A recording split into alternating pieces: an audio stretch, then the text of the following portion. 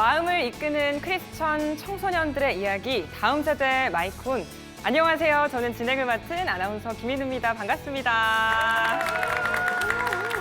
네, 저희 마이콘이요, 오늘로 벌써 5번째 시간을 맞고 있는데요. 반응이 정말 뜨겁습니다. 회를 거듭할수록. 오늘도 귀한 3명의 청년들의, 3명의 어린이들의 강연이 준비되어 있는데요. 그 전에 출연자들 먼저 소개해드리겠습니다. 할렐루야 교회 김상복 목사님, 오늘도 함께 하십니다. 목사님 안녕하세요. 지난번에 너무 좋아서 또 나왔어요. 네, 잘 오셨습니다. 목사님 오늘도 잘 부탁드립니다. 저희 프로그램의 아빠, 뚝딱이 아빠 김종석 집사님과 이혜근 권사님 나오셨습니다. 안녕하십니까? 안녕하세요. 뚝딱따 뚝딱따. 다음 세대 화이팅! 마이크 언 언제나 기대됩니다. 예! 네. 심이 다음 세대 마이크 온. 지금 바로 시작. 고맙습니다. 상쾌한 시작입니다. 오늘도요, 노래하는 청년 미스터 트롯 이도진 씨 나오셨습니다. 반갑습니다. 네, 안녕하세요. 트롯 가수 이도진입니다. 오늘은 또 어떤 아이들이 저에게 또 어떤 은혜를 네. 줄지 아주 큰 기대하면서 왔습니다. 네, 잘 오셨습니다.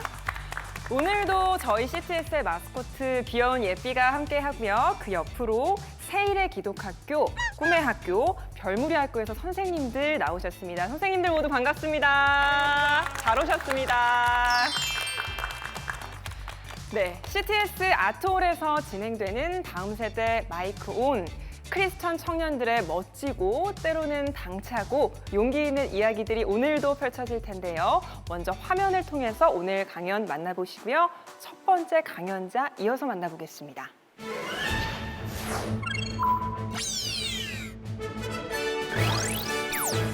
나에게 중2병은 없다. 자신 있게 외치는 김지빈. 그 비결은 과연 무엇일까요? 1년여에 걸쳐 직접 만든 헬멧 덕분에 극심한 미세먼지도 걱정 없다는 시찬이. 하지만 헬멧보다 더 중요한 것이 있다고 말합니다. 직접 만든 옷으로 기부까지 실현하며 아름다운 꿈을 꾸는 선율이까지. 다음 세대 마이크 온. 다양한 학생들이 준비한 흥미로운 강연으로 여러분을 초대합니다.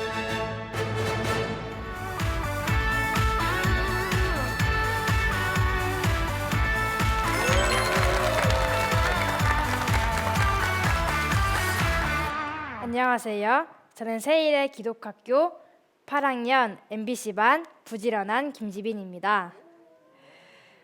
여러분은 제가 몇 살 같아 보이시나요? 8학년이니까 15살? 저는 현재 15살 중2입니다. 그러면 여러분은 중2 하면 무엇이 떠오르시나요? 중2병?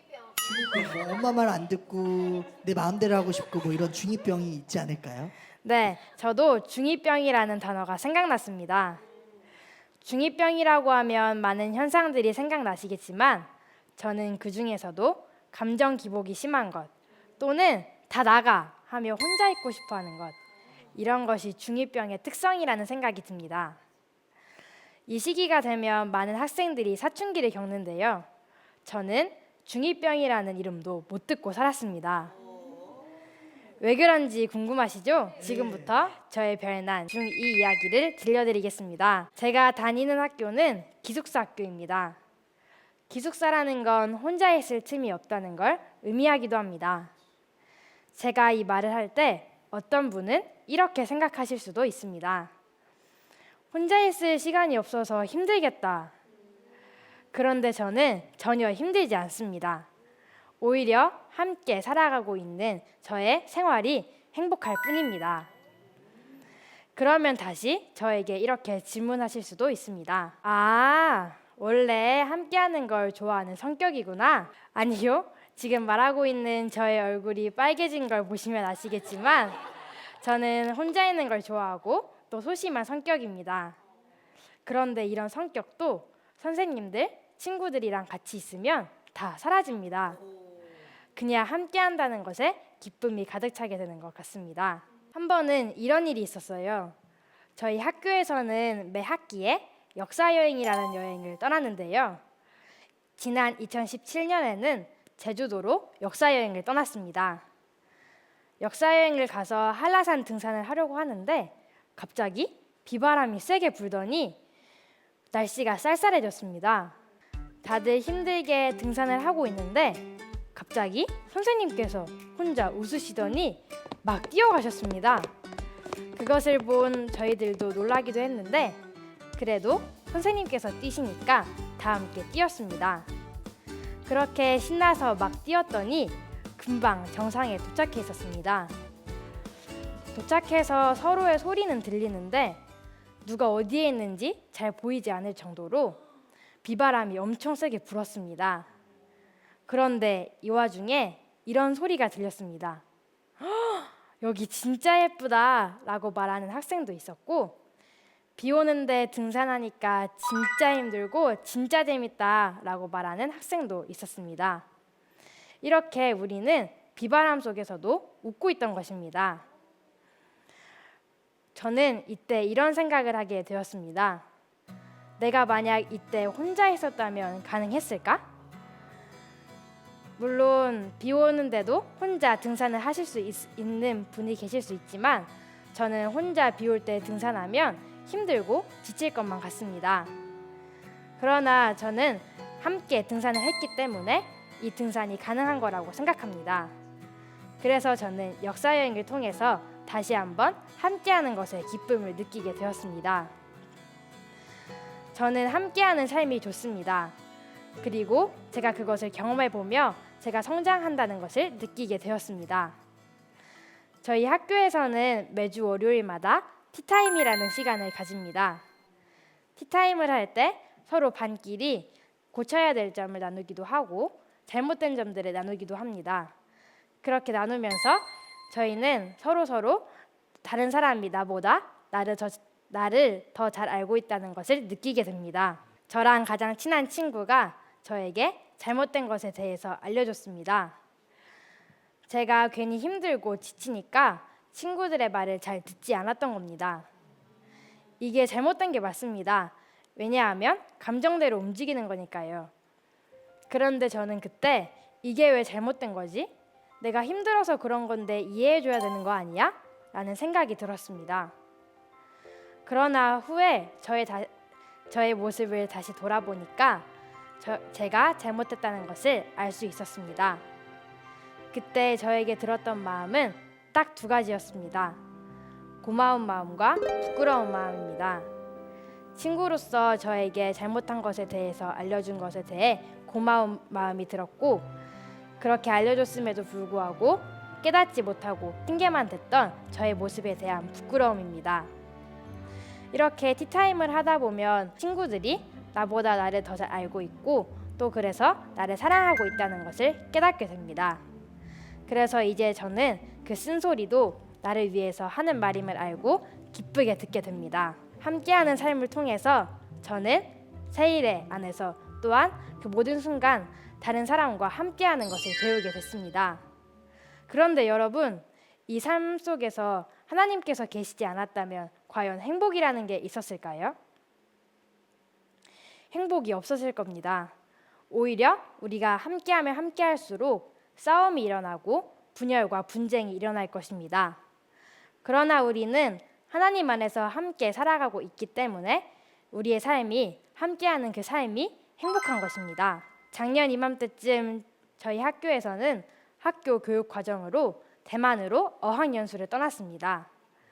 어학연수를 가서 서로 수업을 하는데 그 수업하는 교실은 각 학년마다 달랐습니다. 고등 형님들은 4층에서 공부를 했고 저희 중등은 3층에서 공부를 했습니다. 언니들이 형님들이 저희보다 먼저 대만에 와서 한국으로 일주일 먼저 갔습니다. 그런데 이상하게 형님들이 없는 그 한 주가 되게 썰렁했습니다. 왜냐하면 늘 쉬는 시간마다 옥상에서 손 흔들어주고 학교에 갈 때면 손 붙잡고 함께 가주던 그런 형님들이 없으니까요. 그래서 저는 다시 한번 내 옆에 있는 사람들과 또 형님들, 선생님들이 계시다는 것에 대해서 감사할 수 있었습니다. 여러분, 사랑이 없었다면 행복했을까요?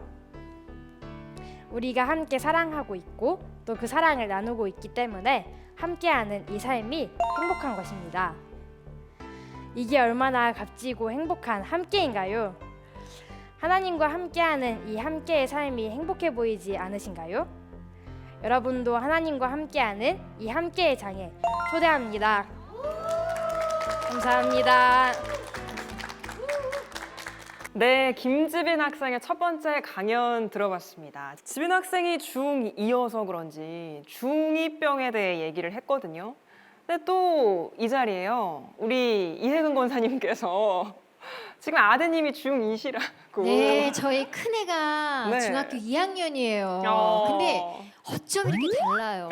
얼굴에 그냥 행복이 가득하고 네. 초대해 주셔서 너무 감사합니다. 진짜 나 혼자 있으면은 해내지 못하는 것도 누가 함께 같이 한다면 못 해낼 게 없거든요. 네. 근데 정말 하나님의 사랑을 듬뿍 느끼고 그리고 그 사랑을 전해주니까 정말 얼굴에 정말 네. 정말 꽃길만 걸으세요. 너무 행복해 보여요. 맞아요. 지금 학생 네. 자체가. 함께 한다는 얘기를 해주셨는데 42.195m 마라톤을 달릴 때 혼자서 달리면 기록이 깨질까요? 여러 명이 달려야 기록이 깨질까요? 여러 명. 그렇습니다. 왜 그러냐면 그래서 1군하고 첫 번째 출발을 하고 그 다음에 3분의 2 지점까지 옆에서 1등부터 한 20등까지가 같이 가는 거예요. 그래서 마지막에 이제 거기서 한 뭐 5km 남겨놓고 이제 성적이 이제 우열이 가려지는 것처럼 네. 이렇게 함께라는 것을 중2병에 걸린 나이에 그거를 느꼈다는 것이 그러니까요. 오 무서운 사람이야. 기대되는 사람이에요. 네. 더불어 사는 삶이 왜 중요한지를 또 한번 짚어주셨는데요. 이도진 씨는 사춘기 때 어떠셨는지 기억나세요? 저는 사실 그 부모님이 일찍 안 계셨어가지고 중학교 2학년 때는 큰 누나가 손에 컸기 때문에 아. 중2병이 있을 수가 없었어요. 사실 누나가 너무 어렵게 저희를 키웠기 때문에 그냥 지나갔던 것 같아요. 근데 이제 오늘 지빈 학생의 네. 이야기를 들을 때 이 친구의 꿈이 참 무엇일까? 그 해피바이러스가 저에게 전달이 되는 거예요. 그러니까요. 말은 함께라고 계속하면서 음. 남에게 좋은 기운을 이렇게 웃으면서 되게 행복하게 주면서 이 친구의 꿈은 참 무엇일까라는 게 궁금하더라고요. 오히려. 네. 지빈 학생 앞으로의 꿈은 그러면 뭐예요? 저는 목사님이라는 꿈을 갖게 되었는데요. 오. 이 꿈을 가지게 된 지 얼마 안 됐는데요. 네. 그 이유가 이제 학교에서 생활을 하다 보면 기숙사 생활이니까 선생님들이랑 교장 선생님 또는 목사님의 모습을 24시간 계속 볼 수 있잖아요. 그러면 그냥 설교를 하시고 말씀하시는 그게 말로 끝나는 게 아니라 진짜 삶으로 보여주신다는 것을 알 수 있어서 나도 그러면 말로만 하는 사람이 아니라 진짜 삶으로 보여주는 그런 목사님이 되어서 다른 사람들에게 우리 교장 선생님, 목사님, 선생님과 같은 사람이 돼서 하나님을 알리는 사람이 되겠다 이런 꿈을 가지게 되었습니다. 네. 소명이 두 가지 소명이 있는데 네. 하나는 내적인 소명이에요. 내적인 소명은 성령께서 내 안에서 소원하는 마음을 일으켜 주세요. 이렇게. 네. 지금 보면은 그게 지금 보이거든요. 둘째는 외적인 소명이에요. 옆에 사람들이 보고 너 목사하면 좋겠다. 너 신학 공부하면 좋겠다. 이렇게 밖에서 얘기해주고 속에서 얘기해주고 요 내면과 외면의 소명이 하나로 딱 맞을 때 그때 이제 학교를 가서 신학교를 가서 지금은 신학대학원을 가야 되죠. 네. 일반 대학을 공부하고 나서 그다음에 이제 3년 대학원 신학대학원에 가요. 제일 중요한 게 뭐냐면 이미 얘기를 했는데 행복해야 돼요. 행복. 근데 행복하기 위해서는 아까 지금 너무너무 말 잘했어요. 사랑이 있어야 돼요. 그러니까요. 사랑 없이 절대로 행복이 없어요. 근데 그 사랑의 요건 가운데 하나가 사랑은 모든 것을 참고 그러잖아요. 근데 그때 모든 것을 참고라고 했는데 그 단어가 참는단 말이 아니에요. 그러면 뭐예요? 모든 것을 품고예요. 아.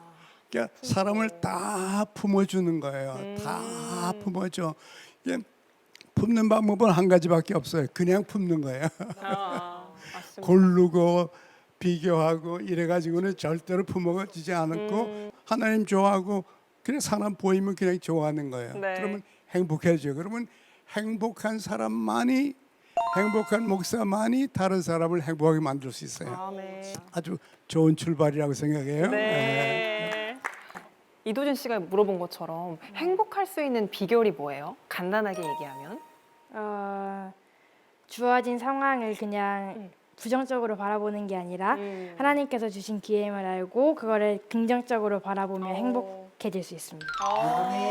정말 정답이네요. 네, 맞습니다. 자, 그러면 지빈 학생 가장 좋아하는 수업 어떤 거예요? 네, 저는 성품 수업을 제일 좋아하는데요. 네. 성품 수업을 하는데 매 달마다 성품이 바뀌어요. 그래서 지난 9월에는 성품을 지혜를 배웠어요. 이렇게 좋은 프로그램들이 나 때도 있었으면 얼마나 좋았을까? 내가 알고 있었으면 얼마나 좋았을까? 그래서 이 성품 수업에 대해서 오늘 좀 더 자세하게 설명을 해주실 선생님 한 분이 나와 계신데요. 세일의 기독학교 정주희 선생님, 성품 수업 어떤 건지 좀 더 덧붙여 주실까요? 네, 안녕하세요. 저는 세일의 기독학교 졸업생이자 지금은 성품 교사로 있는 정주희입니다. 네.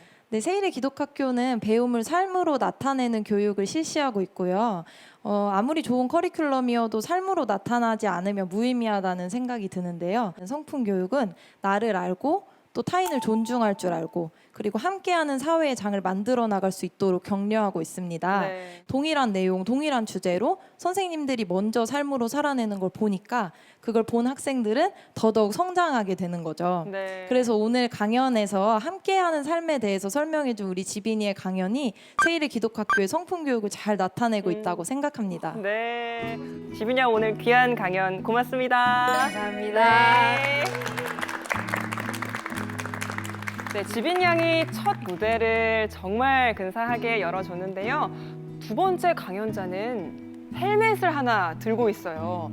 어떤 사연일까요? 바로 만나보겠습니다.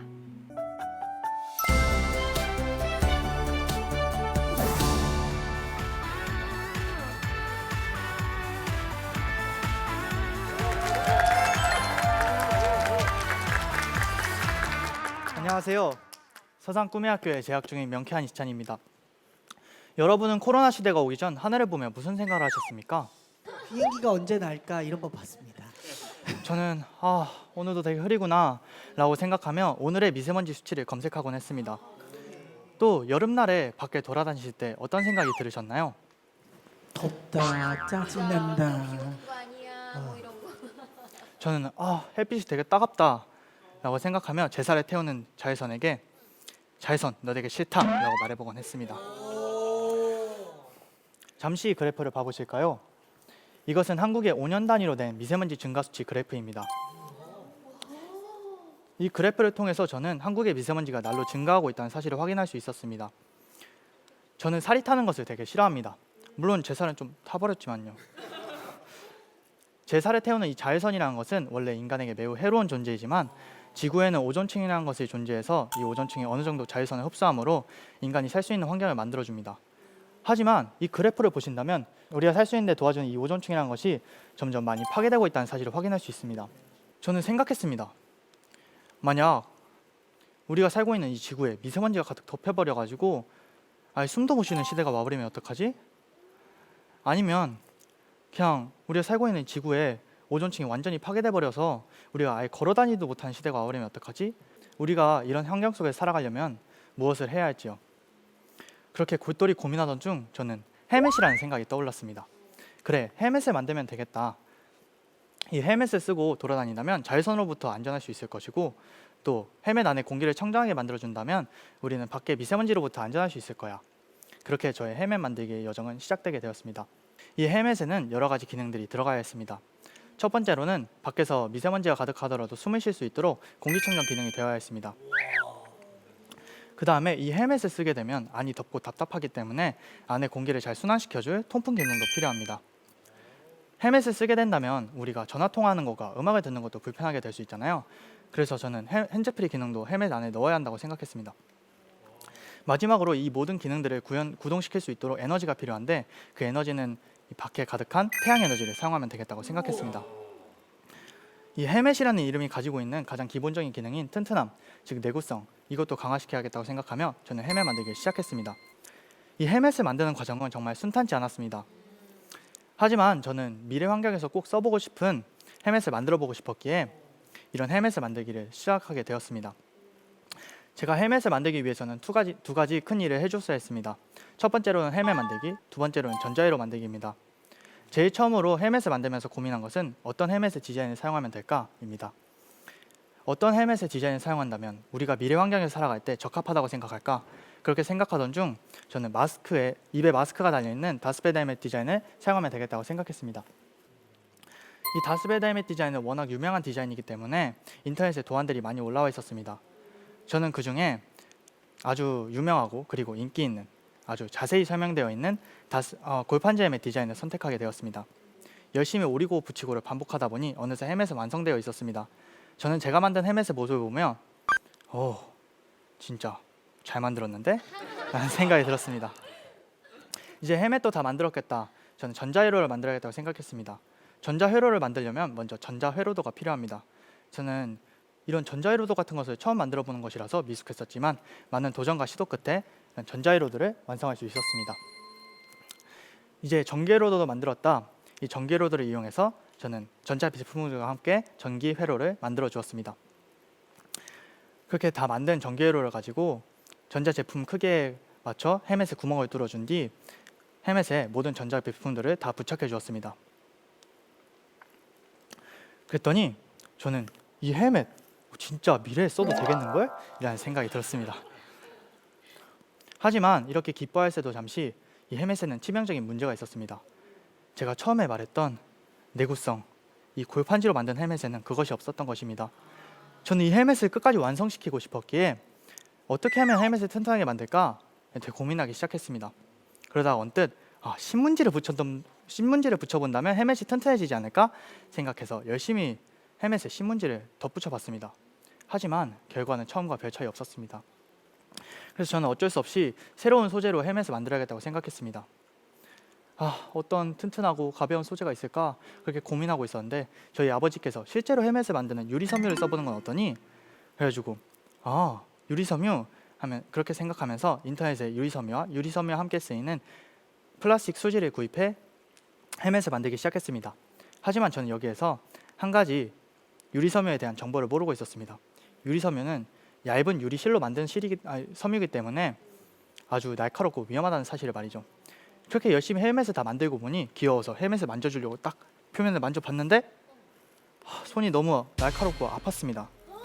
그래서 이 헬멧을 어떻게 하면 좀 안전하게 만들 수 있을까 그렇게 하다가 저는 여기에다 퍼티 자국과 사포질을 통해서 이 헬멧을 다시 매끈하게 만들어 주었습니다.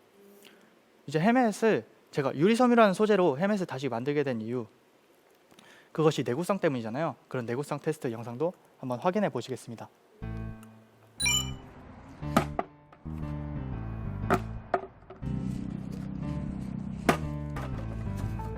네, 높은 곳에서 헬멧을 떨어뜨려도 부러지지 않고 튼튼한 것을 보니 저는 내구성은 통과야 라는 생각이 들었습니다. 이제 저는 이 헬멧이 좀 더 멋져 보이기 위해서 도색도 해주고 그 다음에 전에 만들어뒀던 전자제품들도 다 부착해 주었습니다. 저는 그래서 이제 전자제품들도 다 부착했으니까 테스트를 진행시켜 줘야겠다고 생각했습니다. 첫 번째로 진행시킨 테스트는 공기청정 테스트입니다. 이것은 제가 공기청정 테스트에 사용할 연기에 밖에 미세먼지 수치가 찍히는 사진입니다. 이 미세먼지 수치는 999라는 수치가 나올 정도로 매우 높은 수치를 가지고 있었습니다. 한번 영상으로 확인해 보시죠. 아까 밖에서 미세먼지 수치가 999라는 수치를 가지고 있던 것과는 달리 이렇게 헬멧 안에 주입해 봤더니 아주 천천히 미세먼지 수치가 올라가는 것을 확인할 수 있었습니다. 999와는 달리 30이라는 미세먼지 수치가 찍히며 저는 헬멧의 공기청정 기능이 통과했다고 생각했습니다. 그 다음에 이 헬멧의 공기가 잘 순환되는지 확인해 주기 위해 연기 주입을 멈추고 통풍을 한번 해보았는데 이 미세먼지 수치가 떨어지는 것이 보이시나요? 이것은 헬멧 안에 공기가 잘 통풍되고 있다는 사실을 알려주는 것입니다.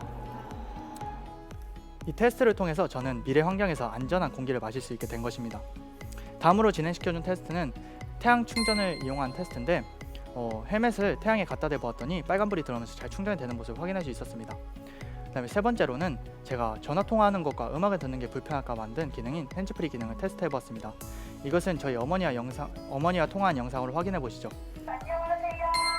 네, 안녕하세요. 네. 아, 뭐 혹시 그 뭐지? 목소리 말할 때 엄마 목소리가 엄마 핸드폰으로 다시 들어가진 않아? 안 들어가요. 너무 깨끗해요. 잘 들려요. 아, 진짜요? 알았어요. 네, 저희 어머니와 헬멧을 통해서 전화를 해보았는데 전혀 문제없이 통화가 진행되는 것을 보며 핸즈프리 기능도 잘 작동된다고 생각했습니다. 이 기능 테스트를 마지막으로 저는 헬멧 만들기를 마치게 되었습니다. 제가 이 헬멧을 만들기까지는 자그마치 1년 남짓하는 시간이 걸렸습니다. 저는 처음에 생각했던 모든 기능들을 다 이 헬멧 안에 구현시켜냈습니다.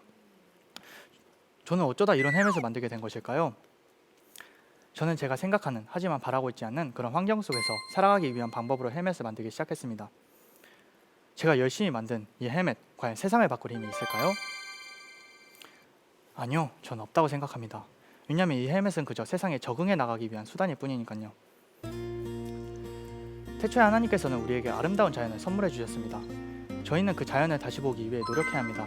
우리가 지금 노력하지 않는다면 우리 미래 세대에게 아름다운 자연이 아닌 이런 투박한 헬멧을 물려주게 될 것입니다. 우리가 다음 세대에게 아름다운 자연을 물려줄지 아니면 이런 투박한 헬멧을 물려줄지 지금 우리들의 선택에 달려 있습니다. 감사합니다.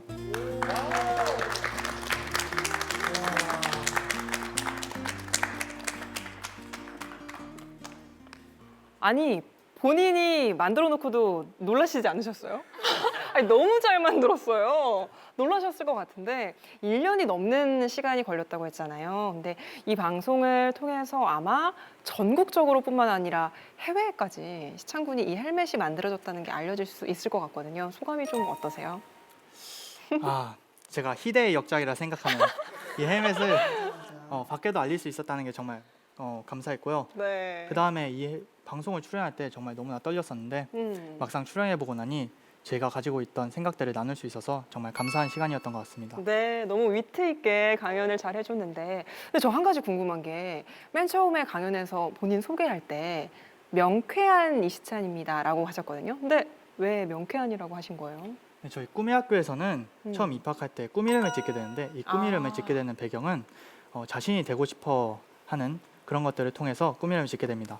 저는 그 이름을 명쾌한이라 짓게 되었는데 제가 명쾌한이라 이름을 짓게 된 이유는 하나님께서 주신 말씀이 어려워 보일 때 명쾌하게 풀어내갈 수 있는 그런 사람이 되고 싶고 또 사람들과 소통할 때 명쾌하게 소통하기 위해서 그런 이름을 짓게 되었습니다. 학교에서 선생님들이나 친구들도 다 그렇게 불러줘요? 네. 아, 그렇군요. 명쾌한. 이 자리에 꿈의 학교 이인희 교장 선생님이 나와 계신데요. 선생님도 꿈 이름이 혹시 있으신가요? 우리 학생들만 꿈 이름이 있는 게 아니라 우리 교직원도 다 있고 예, 저 역시 꿈 이름이 있습니다. 네. 저는 그 하나님께서 부르시는 그 순간까지 하나님의 꿈을 잊고 싶지 않아서 꿈꾼이라 해주셨거든요.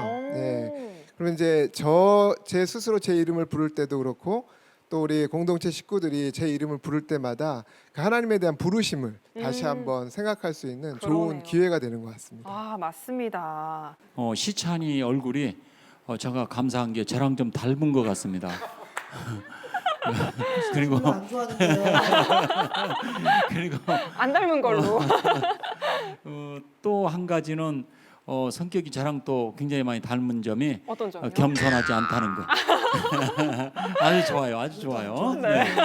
그런데 무엇이든지 이렇게 꿈을 꾸는 것을 행하지 않으면 그게 네. 꿈으로 끝날 수가 있는데 내가 꿈꾸는 것을 이렇게 개발하고 그 내가 뭔가 만들어보는 저 정신이 저는 굉장히 우리 미래의 우리 정말 다음 세대가 네. 그 가져야 되는 덕이라고 생각을 해요. 맞습니다. 진리는 이도진입니다. 진리의 길을 걷는 이도진입니다. 그새 저 이름 만든 건 아니고요. 원래 제 이름이 목사님이 이제 지어주셨지만 진리진 길도자에서 진리 있는 하나님의 길을 가라라는 뜻으로 이제 그렇군요. 이도진이거든요. 근데 아까 꿈의 학교 이야기 들으면서 나도 그러면 있는 거네. 명쾌한 시창이처럼 네. 진리의 길을 가는 이도진이라는 거를 하면서 나도 만들었고 저도 원래 있었구나라는 생각도 했었고, 시창이의 저 헬멧을 보면서 무슨 생각이 들었냐면요. 사실 네. 정말 완벽하게 만들고 너무 좋았지만 저 헬멧을 절대 쓰지 않아야 되겠다라는 생각을 뼈저리게 느끼면서 저 헬멧을 너무 멋있게 만들었지만 저거는 이제 거의 박물관으로 갈 정도로 네, 그래서 박물관으로 가고 저는 저 헬멧을 안 쓰기 위해서 오존층을 지키기 위해서 열심히 분리수거도 잘하고 웬만하면 좀 이제 그릇으로 일회용을 더 안 쓰는 쪽으로 가야 되겠다라는 그런 교훈을 또 얻어서 다음 세대 친구들에게 너무 얻는 게 많아가지고 저는 뭘 줘야 될까 이런 생각도 하면서 오늘 강연을 들어서 너무 좋았습니다. 네. 시창군 이 헬멧 말고도 혹시 뭐 더 다른 거 만든 게 있을까요? 제가 학교에서 로켓 동아리라는 활동을 하고 있는데 중2 때 한번 로켓을 쏴본 적도 있었고요. 오. 그 다음에 제가 평소에 만드는 걸 좀 좋아하는데 그 중에서도 베이킹을 하는 걸 좋아합니다. 그래서 학교에서 있는 영성부 활동에 마카롱 100개를 만들어 간 적이 있었는데 와. 도로 팔지 못하고 가져온 적도 있었어요. 시창군과는 여기서 인사를 드리겠습니다. 시창군 귀한 강연과 헬멧 고맙습니다. 네. 네, 매주 다양한 주제로 아이들의 의견을 들어보는 다음 세대 마이콘, 벌써 마지막 강연자를 만날 시간이에요. 아이들 이야기를 듣다 보면 시간이 정말 잘 가죠. 마지막 강연자 바로 만나보겠습니다.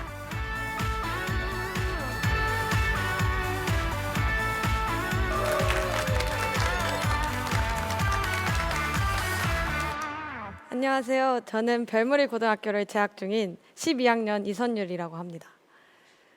여러분은 꿈에 대해서 어떻게 생각하시나요? 저에게 꿈은 행복을 주는 어떠한 존재입니다. 그래서 그런지는 모르겠지만 저는 참 많은 꿈들을 가지고 있어요. 그래서 세계 여행을 하는 여행가, 유튜버, 좋은 가정을 꾸리는 것, 그리고 브랜드를 만드는 사업가 등 정말 많은 꿈들을 가지고 있습니다. 그런데 저의 이러한 꿈들을 사람들에게 말하면 대부분의 사람들은 저에게 이런 말을 합니다. 야, 꿈은 현실성이 없어. 미쳤어? 꿈을 꾸는 거는 미친 일이야. 등 참 비판적인 말을 많이 합니다. 사실 저도 어렸을 때부터 이렇게 많은 꿈을 가지고 있었던 건 아닙니다. 저는 꿈은 철이 들면서 당연히 바뀌는 것이라고 생각했고 꿈을 꾸는 친구들을 보면서 아직 현실을 모르네 라는 생각도 하곤 했습니다. 이렇듯 저는 꿈에 대해서 부정적인 생각을 조금 더 많이 하는 사람이었습니다. 그랬던 제가 왜 지금 이 자리에 섰고 왜 꿈을 꾸면 행복하고 꿈을 꾸는지를 말씀해 드리고 싶습니다. 여러분이 꿈으로 나는 이러한 사람이 되고 싶어요 라고 사람들에게 말하면 대부분의 사람들은 그걸 이루기 위해선 이러한 절차가 있어, 공식이 있어 라고 말하곤 합니다. 대학을 가야만 성공했다는 것과 그리고 그 중에서도 수도권 대학만 쳐주는 사람들, 이러한 사회 분위기가 우리의 꿈을 현실이라는 단어로 가장한 채 공격해옵니다. 꿈을 꾸라며 학원을 보내시는 부모님들, 그리고 돈이 많아야 행복하다는 것과 판사, 변호사, 의사 이러한 직업이 최고고 이러한 사람이 꼭 돼야 한다고 말씀해 주시는 어른들, 이런 것들이 우리 사회에는 너무나도 자연스럽게 스며들어 있습니다. 그렇게 우리는 우리 스스로도 모른 채 똑같은 길을 걸어가게 되는 것이지요. 그래서 중학교 때 저의 꿈은 회사원이었어요. 어떠한 이유가 크게 있었던 것도 아니고 이유는 단순했습니다. 제 어린 눈에는 회사원이 가장 안정적이어 보였고 현실성 있다고 생각을 했습니다. 그래서 어느 정도의 나의 삶을 책임질 수 있는 월급을 받고 사회적 네임밸류가 있는 회사에 다니는 것, 이것이 나의 행복을 만드는 가장 빠른 지름길일 것이다 라고 생각을 했고 꼭 이러한 사람이 되어야지만, 꼭 회사원이 되어야지만 적어도 저의 삶이 행복해지는 줄 알았습니다. 그렇게 살아가던 도중 저는 제 자신이 스스로 행복하지 않다는 것을 깨달았습니다. 그래서 저는 이런 질문들을 하곤 했어요. 왜 나는 행복하지 않을까?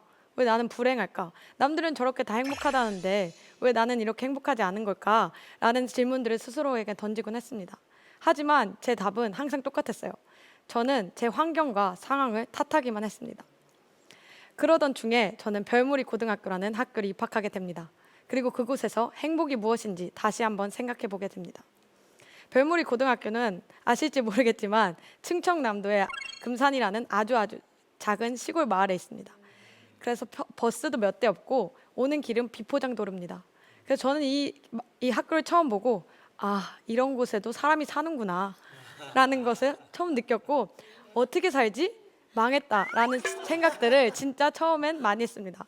그렇게 부정적인 생각을 가지고 살아가던 도중에 저는 저희를 가르치시는 선생님들이 보이기 시작했습니다. 사실 선생님이란 직업이 그리고 별무리 학교 선생님이란 직업이 특히 쉬운 일은 아니라고 생각합니다. 그런데 제 눈에는 선생님들이 행복해 보였습니다. 사실 선생님들이 저에게 행복하다고 말씀하신 적은 없습니다. 그래서 진짜로 행복하신지는 몰라요. 네. 하지만 제 눈에는 선생님들이 행복해 보였고 행복한 삶을 사시고 계시다고 생각이 들었습니다. 그래서 어쩌면 어려운 일일지 모르는 이 교사라는 직업을 가지고 있지만 이 작은 마을에서 때로는 휴식을 취하기도 하고 때로는 꽃을 보고 산책을 하기도 하고 학생들과 새로운 것을 도전해 보시기도 하는 선생님들의 모습을 보고 아, 어쩌면 저런 게 행복일지도 모르겠다라는 생각을 하게 됩니다. 사실 이 편의점도 없는 이 마을에서 사는 것은 저는 당연히 불행한 일이라고 생각을 했습니다. 그랬던 저에게 이러한 깨달음은 정말 크게 와닿았고 정말 머리를 한 대 맞은 것처럼 아, 행복이 무엇인지 깨닫게 되었습니다. 그래서 제가 생각한 행복과 불행은 어떤 상황과 환경에 의해 결정되는 것이 아니라 나의 기준과 나의 선택에 의해서 결정된다는 것을 알게 되었습니다. 그래서 똑같은 상황과 환경이 있더라도 각자 행복한 사람과 불행한 사람이 나뉘는 것은 각자 우리가 행복과 불행을 바라보는 기준이 다르기 때문입니다. 사실 요즘 사람들은 쉽게 불행해지지만 쉽게 행복해지지는 못하는 것 같습니다. 저 또한 행복에는 옹졸하게 불행에는 관대하게 사는 사람이었습니다. 하지만 이러한 생각 이후 행복에는 관대하게 불행에는 옹졸하게 사는 사람이 되어야겠다는 다짐과 동시에 꼭 세상이 말하는 성공만이 나의 행복을 만드는 길은 아니구나라는 것을 깨닫게 되었습니다. 그렇게 저는 제가 원하는 것을 탐색하기 시작했고 내가 무엇을 원하는지 무엇에 관심이 있는지 찾아보기 시작했습니다. 저는 옷에 대한 관심이 많았고 한 사람의 삶을 바꾸는 브랜드를 만들고 싶다는 생각을 했습니다. 그래서 학생이었지만 내가 무엇을 할 수 있을지 생각을 해보며 도전하기 시작했습니다.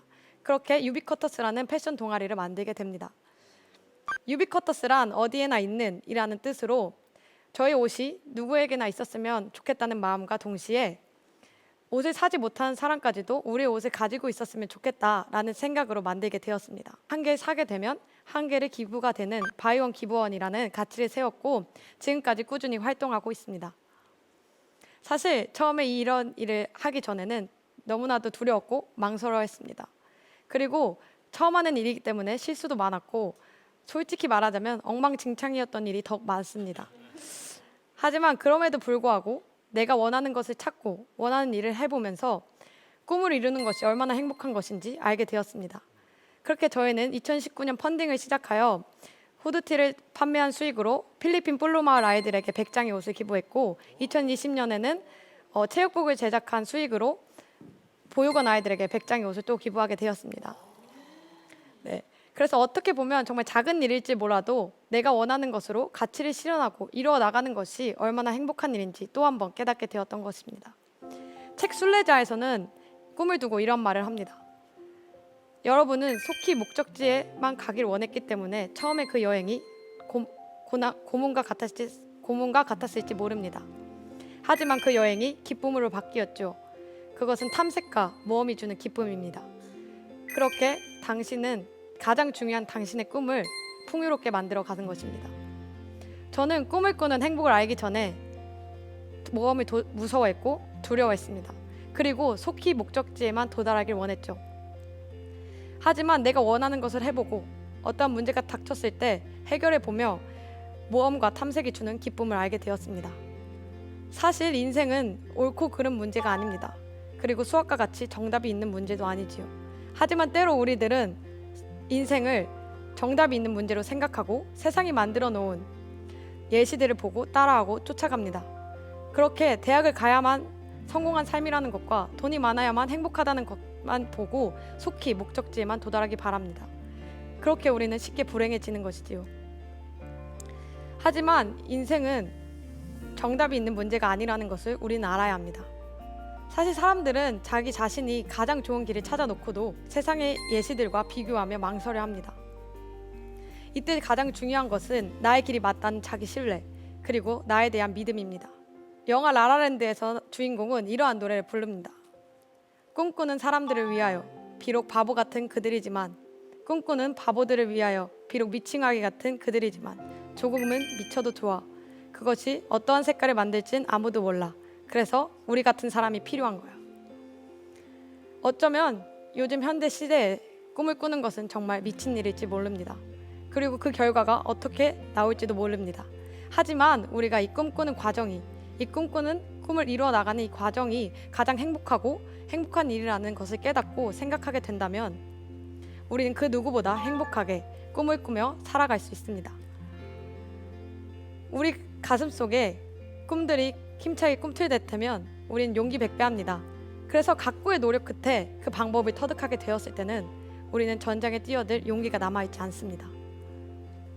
그렇게 우리 자신을 적대시하게 되고 가장 큰 적이 되어 우리 스스로 나의 꿈을 죽이게 되는 것이지요. 하지만 나의 길이 맞다는 자기 신뢰, 그리고 무언가 탐색이 주는 기쁨, 이것을 알게 될 때 우리는 이 선한 싸움을 이끌어 나갈 용기가 생깁니다. 여러분, 꿈을 꾸는 것을 포기하지 마십시오. 그리고 용기를 잃지 마십시오. 그리고 모험이 주는 기쁨을 누리십시오. 그때 비로소 우리는 꿈을 꾸는 것입니다. 감사합니다. 명언 제조기 같아요. 인생에는 정답이 없다. 또 한 가지 인상적이었던 게 사람들은 쉽게 불행해지지만 쉽게 행복해지지는 않는다. 정말 맞는 말인 것 같아요. 우리가 이미 행복할 조건들을 가지고 있음에도 불구하고 우리 자신이 잘 모를 때가 있는 것 같아요. 그런 것들을 너무 잘 짚어준 멋진 강연이었습니다.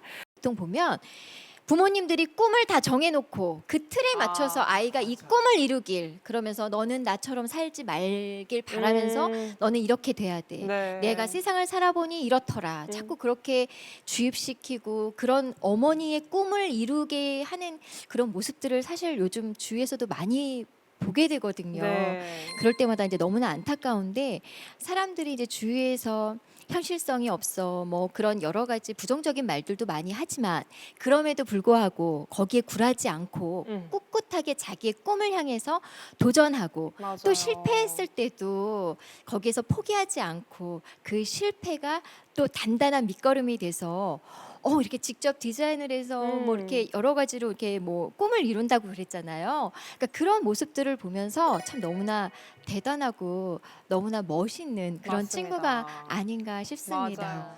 맞아요. 아버지가 돌아가시고 노래가 너무 부르고 싶었고 아버지를 향하는 마음에 그 해소가 노래로 있었기 때문에 노래를 그냥 정했었는데요. 네. 선율이의 강연을 들으면서 지금 나도 꿈을 꿀 수 있겠구나라는 거를 깨달았어요. 용기를. 네, 용기를 얻어서 나도 꿈을 찾아서 한번 행복한 꿈을 찾고 싶다라는 걸 맞아요. 얻게 돼가지고 선율이의 강연을 들으면서 또 한 번 배우는 시간이어서 너무 좋았습니다. 네, 맞습니다. 선율 양이 직접 옷을 제작했다고 했잖아요. 네, 네. 혹시 오늘 그 옷을 제가 볼 수 있을까요? 네, 가지고 왔습니다. 그래요? 옷. 네. 와, 이거군요. 한번 네. 펼쳐서 한번 보여주실 수. 앞면. 와. 저거의 의미는 뭐예요? 이게 저희 브랜드 이름이 유비커터스라고 아까 말씀을 네네. 드렸는데 여기에 U랑 B가 섞여서 로고를 제작한 거예요. 네. 직접 이제 펀딩을 해서 네네. 자금을 모으고 또 기부까지 하는 이런 방식이라고 했는데 네. 과정을 좀 설명을 해주세요. 처음에 저희가 펀딩을 시작으로 이제 초기 자본금을 모으고 이 후드티를 시작을 하게 되었어요. 그래서 이 후드티를 판매한 수익으로 어디에 기부를 하면 좋을까 이렇게 고민을 하다가 저희 학교에 이제 작은 NGO 단체 로뎀나무가 있어요. 그래서 그 친구들과 협업을 하면 좋겠다라는 생각을 했고, 그래서 그 친구들이 선교를 떠나는 필리핀 플로마을 아이들에게 옷을 기부하면 좋겠다라는 생각을 해서 기부하게 되었습니다. 그렇군요. 그러면은 선율 양 같은 경우는 꿈도 패션 쪽인가요? 네, 패션 쪽인데 제가 디자인이나 어떤 그림 그리는 거에 재능도 별로 없고 거기에 살짝 흥미도 그것보다는 경영이나 마케팅 이런 분야에 조금 더 많아서 현재는 패션 비즈니스 매니지먼트라는 전공을 준비하고 있고 이제 미래에는 제가 요즘에는 사회적 경제나 사회적 기업 이런 것들에 관심이 생겨서 네. 패션 브랜드이자 사회적 기업인 어떠한 한 브랜드를 만드는 것이 목표입니다. 아, 너무 근사하네요. 아니, 선율 양, 우리 김종석 집사님 패션 어때요? 좀 보시겠습니까? 자, 우리 저 선율 네. 패션 대표님, 제 패션은 어때요? 일단 제가 보기로는요. 네, 일단 너무 유니크하셔서 좋고요. 유니크. 저는 옷이 어떤 소통 매개체가 될 수 있다고 생각을 하고 자기 자신을 표현하는 어떠한 한 매개체가 될 수 있다고 생각을 하는데 맞습니다. 어떻게 그러면 유비 콘서트랑 한번 그 협연이 가능할까요? 너무 좋죠 저희는. 네, 감사합니다. 연락 그럼 주시면. 저 이걸로 평상복 해도 되겠어요? 네, 그건 좀 얘기를 해봐야 되고. 네, 그래야 될 것 같아요. 네. 선율 양이요, 이렇게 멋진 꿈을 갖게끔 해준 선생님이 또 이 자리에 나와 계세요. 별무리 학교 박한배 선생님이신데요. 선생님, 선율 양이 선생님이 행복해 보이신다라고 하셨는데 직접 얼마나 행복한지 말씀을 해주시죠. 많이 행복합니다. 선율이와 같이 이렇게 빛나는 스타들하고 같이 생활하는 곳이 별물이거든요. 네. 별들이 모인 곳. 네. 그래서 저희 학교 선생님들은 이 스타들의 팬이고요. 빅팬이고 그래서 항상 응원하고 지지하고 또 이 친구들하고 함께 하기 때문에 기쁘지 않을 수가 없습니다. 행복하지 않을 수 없고요. 별무리 학교는 사실 지금 여기에 임하시는 하나님 나라를 학생들이 학생으로서 경험할 수 있도록 많은 경험의 기회를 제공하려고 많이 노력하고 있습니다. 우리 선율 양에게 김성문 목사님께서 간단하게 응원의 한 말씀 해주실까요? 왜 행복하냐? 자기가 원하는 걸 하기 때문에 행복하거든요. 참 여러 가지 표현을 썼는데 내 마음에 아주 꼭 드는 표현들을 썼어요. 예를 들어서 꿈이라든가 또 행복이라든가 그다음에 선택이라는 말을 썼어요. 네. 행복은 선택입니다. 아무도 나를 행복하게 할 수 없고 나를 불행하게 할 수 없어요. 내가 행복을 선택하면 행복한 거예요. 누가 뭐라 그래요? 누가 뭐라 그래도 상관이 없어요. 신앙생활이라는 것이 가만 보면요, 믿음이라고 그러잖아요. 믿는다는 것은 뭔가 확실하게 있다는 겁니다. 그 믿음이 뭐냐면 목표예요. 그 목표가 바로 꿈이에요. 네. 그게 바로 비전이에요. 우리 기독교는 전부가 다 오늘 지금 우리가 들은 것처럼 하나님이 나에게 주신 그 재능과 은사, 그거 찾아서 우리 맞습니다. 모두가 행복을 선택하면서 살 수 있기를 바랍니다. 네. 귀한 말씀 고맙습니다. 꿈을 꾸기도 전에 꿈을 포기하는 많은 학생들에게 선율 양의 강연이 귀한 도전이 됐으면 좋겠습니다. 선율 양, 오늘 귀한 강연 고맙습니다. 감사합니다. 네. 다음 세대 마이크 온에서는 여러분의 참여를 기다리고 있습니다. 초등학생에서 고등학생까지 크리스천 청소년이라면 누구나 참여할 수 있는데요. 세상을 향해 들려주고 싶은 이야기를 10분 이내로 촬영하여 원고와 함께 홈페이지에 올려주시면 됩니다. 감동적이고 재밌는 이야기를 기다립니다. 마이크의 주인공이 되어주세요. 네, CTS 아트홀에서 보내드리는 다음 세대 마이콘, 오늘도 출연자들의 강연 모두 다 들어봤습니다. 오늘 함께 하신 분들의 소감도 들어봐야겠죠? 이인희 교장 선생님, 오늘 좀 어떠셨어요? 이 대안학교 교육을 한다는 게 굉장히 좁은 길을 가고 있는 거거든요.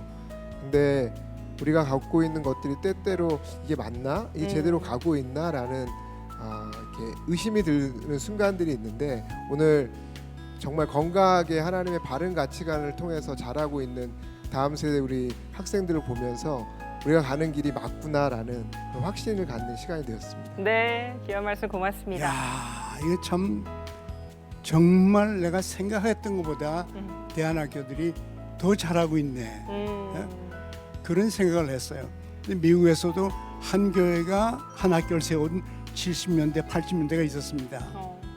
난 그때 미국에 있었는데 왜냐하면 공립학교들이 전부 문제가 너무너무 많았기 때문에 그래서 미국에 한때 굉장히 많은 이런 대안학교들이 교회마다 썼어요. 우리 한국도 그래가지고 지금 이런 모습들을 가지고 교회에서 자녀들을 키우고 또 예수 믿지 않는 아들도 그 학교에 와서 예수 믿고 일관성 있는 세계관을 갖고 나갈 수 있도록 네. 그런 운동이 한국에서도 활발하게 일어나길 바랍니다. 네, 귀한 말씀 고맙습니다. 다음 세대 마이콘, 앞으로도 크리스천 청년들의 많은 관심 부탁드리고요. 홈페이지를 통해서 많은 신청 바라겠습니다. 시청자분들도 많은 관심과 기도 부탁드리고요. 저희는 오늘 여기서 인사드리겠습니다. 다음 주에 뵙겠습니다.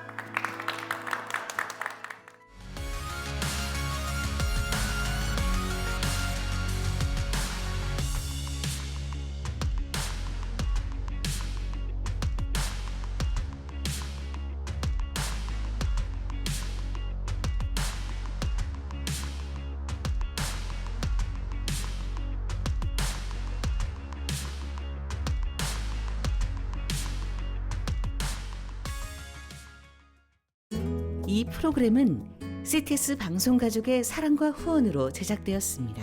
후원전화 02-6333-1003번, ARS 060-808-1004번으로 전화주세요.